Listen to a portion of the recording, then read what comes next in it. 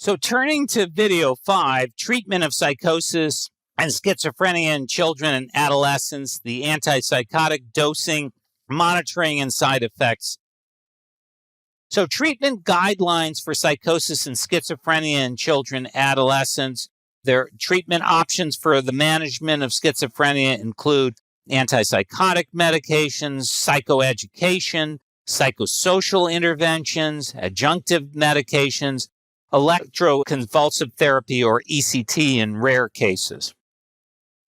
So let's start with antipsychotic medication because that's the primary treatment for schizophrenia spectrum disorders in children and adolescents.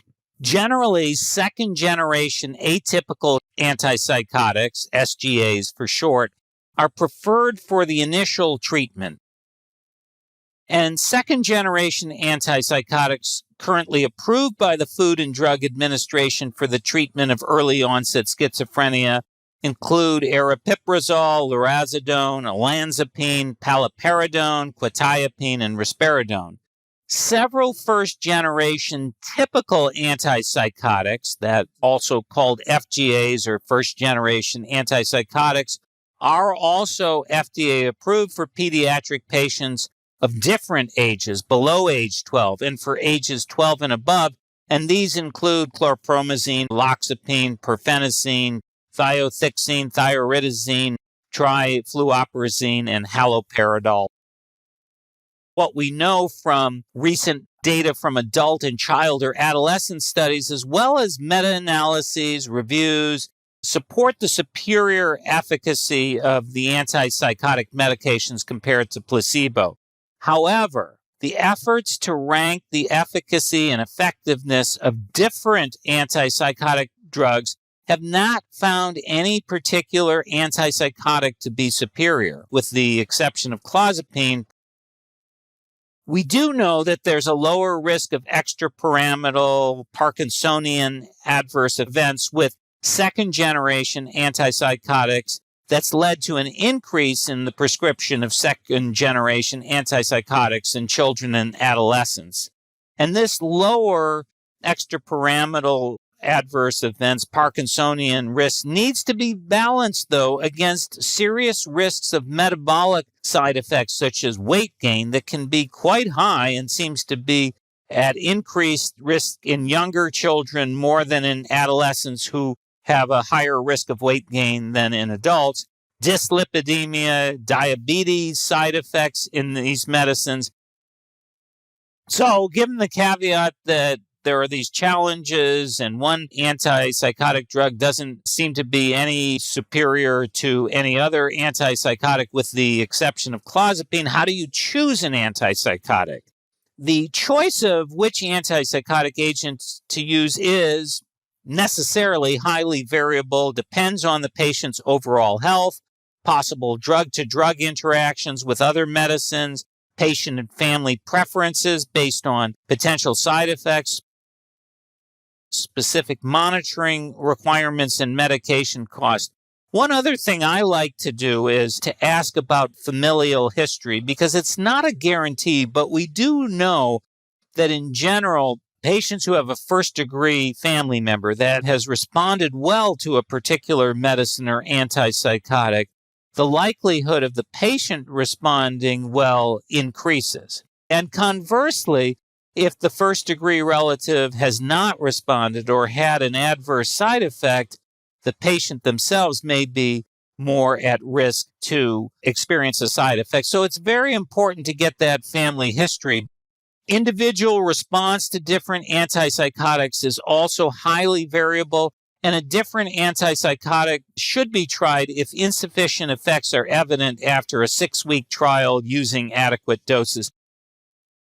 Medication dosing guidelines for early onset schizophrenia. Aripiprazole, the initial recommended dose is 2 milligrams per day, and we target 10 milligrams per day. A maximum dose is 30 milligrams per day. I like to start low, go slow, and we may end high, but what you're wanting to monitor is how well is the patient and what is the lowest dose with the maximal benefit, the closest to wellness, without significant side effects. Lorazepam, the initial dose is 40 milligrams per day. Target dose range is 40 to 80 milligrams per day. You don't want to go higher than 80 milligrams per day as a maximum dose. Olanzapine, the initial dose is 2.5 to 5 milligrams per day. Target dose is 10 milligrams per day with a maximum dose of 20 milligrams per day. Paliperidone, initial dose of 3 milligrams per day. 3 to 6 milligrams per day is going to be the target for those patients under 51 kilograms. For patients greater than or equal to 51 kilograms, a target dose of 3 to 12 milligrams per day is typical, with maximum doses of 6 milligrams per day if you're less than 51 kilograms, 12 milligrams per day for those patients with weights of greater than or equal to 51 kilograms.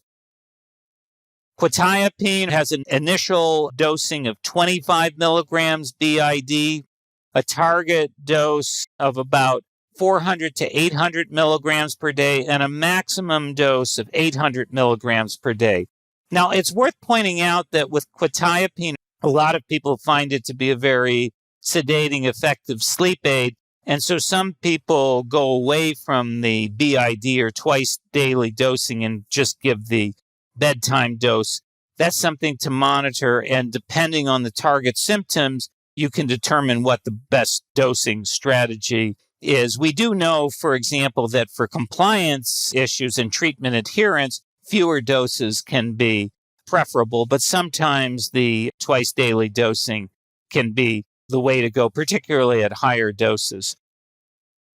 Risperidone, the initial dose is 0.5 milligrams per day. The target is 3 milligrams per day, and the maximum dose is 6 milligrams. Now, I will say with risperidone that it's not unreasonable to start 0.5 milligrams per day, but in some younger children, adolescents with the diagnosis, some who I know or am concerned may be exquisitely sensitive to medications, I may even start lower at, say, 0.25 or a quarter milligram per day and see how they tolerate that. That's not going to be sufficient for early onset schizophrenia, but it may give their body more opportunity to safely adjust to the medicine. Again, not required, and you want to individualize that approach, but something definitely to consider. General monitoring recommendations for antipsychotic medications at baseline are the detailed personal, family, and lifestyle history, and that needs to be updated regularly. The height, weight, BMI, and repeating that at 4 weeks, 8 weeks, 12 weeks, and then at least every 3 months thereafter. Fasting, blood glucose and lipids at baseline, and repeat every 6 months at baseline. In 3 months, we want to check for Parkinsonism, akathisia, tardive dyskinesia, the blood pressure, pulse, electrolytes, complete blood count, renal and liver function, and repeat annually. You want to look at prolactin and obtain that if the patient is symptomatic. Be particularly vigilant for this if the patient is on risperidone. Electrocardiogram, you want to obtain this at baseline for clozapine, also during the titration and at the maximum dose. Thyroid functioning test, thyrotropin, free T4, TSH, you want to obtain that at baseline and follow up with quetiapine. I also like to be alert for thyroid function testing if that's not been done before, as psychiatric symptoms are common with thyroid abnormalities. Increase the desire or need to get thyroid function tests, even if you're not really seeing signs or symptoms, but there's a familial history. An eye examination recommended at baseline and 6-month intervals with quetiapine. Suicidality, we have to monitor for suicidality. 10% of schizophrenic patients commit suicide, many, many more attempt suicide. So depressive symptoms in schizophrenia are not uncommon, and the relationship with the medicine can be complicated. And frankly, when the medicine works, that may reduce the risk of suicidality. And that occurs throughout the course of schizophrenia. The bottom line is if you start a new medicine or treatment, you have to monitor it very, very closely, particularly in the beginning and the first several weeks and longer if you're changing doses in particular. And you want to be monitoring it every visit and very closely. And these are guidelines. Obviously, if you're watching and monitoring patients or you think the risk is higher, this is something you may want to do more frequently. The key is to be vigilant and not expect that there's some routine cookbook recipe that works for all patients. The individual approach is necessary because the solution here is always individualized. Side effects and risks in the second generation antipsychotics. We're just going to review the highlights. Weight gain, the higher risk is going to be with olanzapine and clozapine. Moderate risk is risperidone, quetiapine, and the lower risk is thought to be aripiprazole. But I want the caveat here that that's only in overall groups. And so a patient on aripiprazole can have severe weight gain, severe side effect. You have to worry about that in every patient.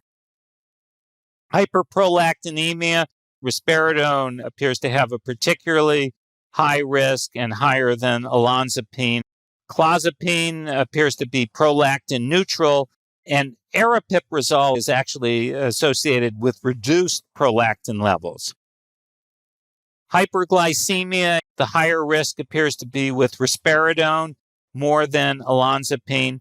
But again, even with other medicines, you want to be on the lookout. The same applies with a rise in cholesterol levels. The higher risk appears with quetiapine compared to olanzapine. But again, you want to monitor for cholesterol levels in all patients on second generation antipsychotics. The same applies for triglyceride levels. The higher risk appears to be in risperidone more than olanzapine. For the extrapyramidal side effects, it appears that the higher risk is in risperidone more than olanzapine. Still, each individual patient is different, and you're not off the hook if your patient is on a medicine that in groups has a lower risk of extrapyramidal or Parkinsonian side effects. You have to monitor for it in any patient on an atypical antipsychotic. Cardiovascular changes can occur with a higher risk of QTc prolongation with ziprasidone, higher risk of myocarditis with clozapine. Now, you can do the best assessment and monitoring, and sometimes you're going to have to monitor these side effects. They'll occur with the best of care. And current recommendations are to switch to a different antipsychotic with lower metabolic risk or to add an agent that targets the metabolic problems, such as metformin, if the patient experienced significant weight gain or if there's the evidence of a metabolic syndrome. You can mitigate this somewhat if you have discussions before you start the medication that these are significant side effects. What is the exercise plan in place? What is the nutritional diet plan in place? And making sure those are implemented and checking it every session. And you'll be amazed at how infrequently that actually is done and how helpful it can be to try and organize an exercise plan proactively rather than reactively, and making sure during the titration of the medication that that is in place. In terms of collaboration between behavioral health specialists and the primary care physician, this is absolutely essential and critically important part in developing and implementing a treatment plan that will most benefit the patient. And so you don't want to try and do this alone. If you're running into trouble, you're concerned about side effects, you should discuss this with a colleague. Bring in our medical colleagues sooner rather than later. The key points that you need to take home are: 1, antipsychotic medication is the primary treatment for schizophrenia spectrum disorders in children and adolescents. The second generation antipsychotics are the preferred first-line treatment due to their lower risk of extrapyramidal side effects.